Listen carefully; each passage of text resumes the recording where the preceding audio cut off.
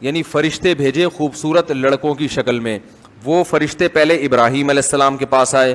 حضرت ابراہیم نے ان کو پہچاننے سے انکار کر دیا, وہ تو جانتے نہیں تھے, وہ کیونکہ انسانی شکل میں آئے تھے.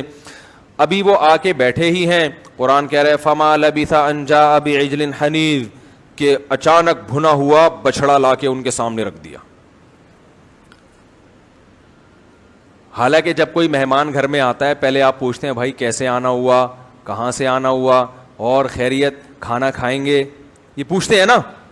لیکن قرآن میں جہاں بھی یہ واقعہ بیان ہوا کہ وہ آئے ہیں انسانی شکل میں, ابھی بیٹھے ہی ہیں کہ بھنا ہوا بچڑا سامنے. یہ ابراہیم علیہ السلام کی سخاوت کو ہائی لائٹ کیا جا رہا ہے. سمجھ میں آ رہی ہے بات, کہ بھائی ان کو یہ اندازہ ہو گیا ہے تو یہ اس علاقے کے نہیں, کیونکہ میں ان کو پہچانتا نہیں ہوں تو بھوک لگی رہی ہوگی, تو پوچھنے کی ضرورت نہیں ہے. ایسا نہ ہو تکلف میں منع کر دیں, بنا ہوا بچڑا فوراً سام. اور بچڑا, ہم بکرے کو روتے ہیں, اور وہاں کیا ہوا, حالانکہ غریب سے ابراہیم علیہ السلام, بچڑا لا کے رکھ دیا, لے وہی کھایا.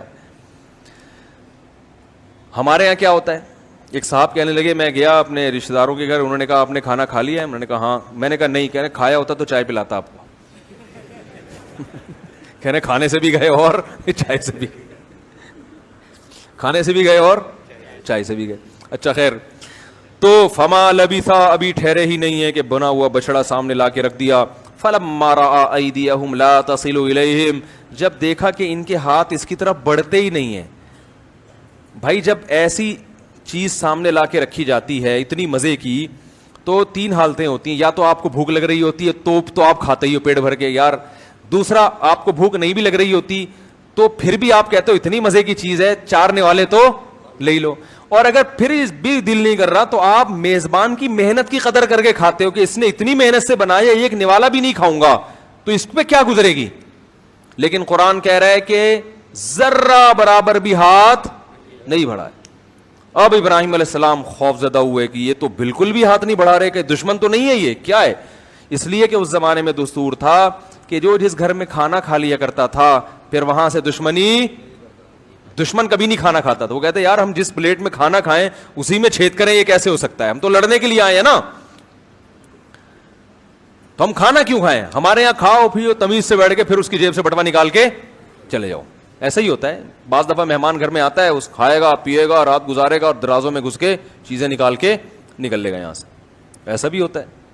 تو اب ابراہیم علیہ السلام خوف زدہ ہو گئے کہ یہ کوئی نقصان پہنچانے آئے ہیں, اجنبی ہیں, اس علاقے کے بھی نہیں ہیں, پتہ نہیں کیا مجھے نقصان نہ پہنچا دیں.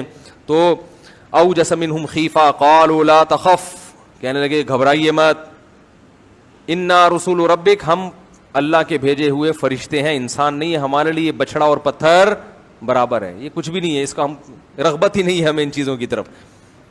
بھائی کیوں آئے ہو پھر؟ کہنے لگے ہم فرشتے ہیں, انسانی شکل میں آئے ہیں آپ کو خوشخبری دینے کے لیے. اور پہلے اپنا اصل مقصد بتایا کہ ہم آئے ہیں لوط علیہ السلام کی قوم کو تباہ کرنے کے لیے. ابھی ہم یہاں سے کہاں جائیں گے؟ قوم لوط کے پاس, اور اس قوم کو ہم تباہ کر دیں گے. اللہ فرماتے ہیں ابراہیم علیہ السلام جھگڑنے لگے. الفاظ دیکھیں قرآن کے, یجادلونا, ہم سے جھگڑنے لگے. کس سے؟ اللہ سے. اصل میں جھگڑتے نہیں, یعنی وہ بار بار یہ کہنے لگے کہ کسی طرح وہ قوم بچ جائے. تو اتنا اللہ کے پیچھے پڑے کہ اللہ نے اس عمل کو جھگڑنے سے تعبیر کی ہے. جیسے کوئی بھکاری ہمارے پیچھے پڑ جائے نا بار بار اللہ کے, ہم کہتے ہیں یار تو پھڈے پر آ گیا ہے, حالانکہ بھکاری تو نہیں لڑتا.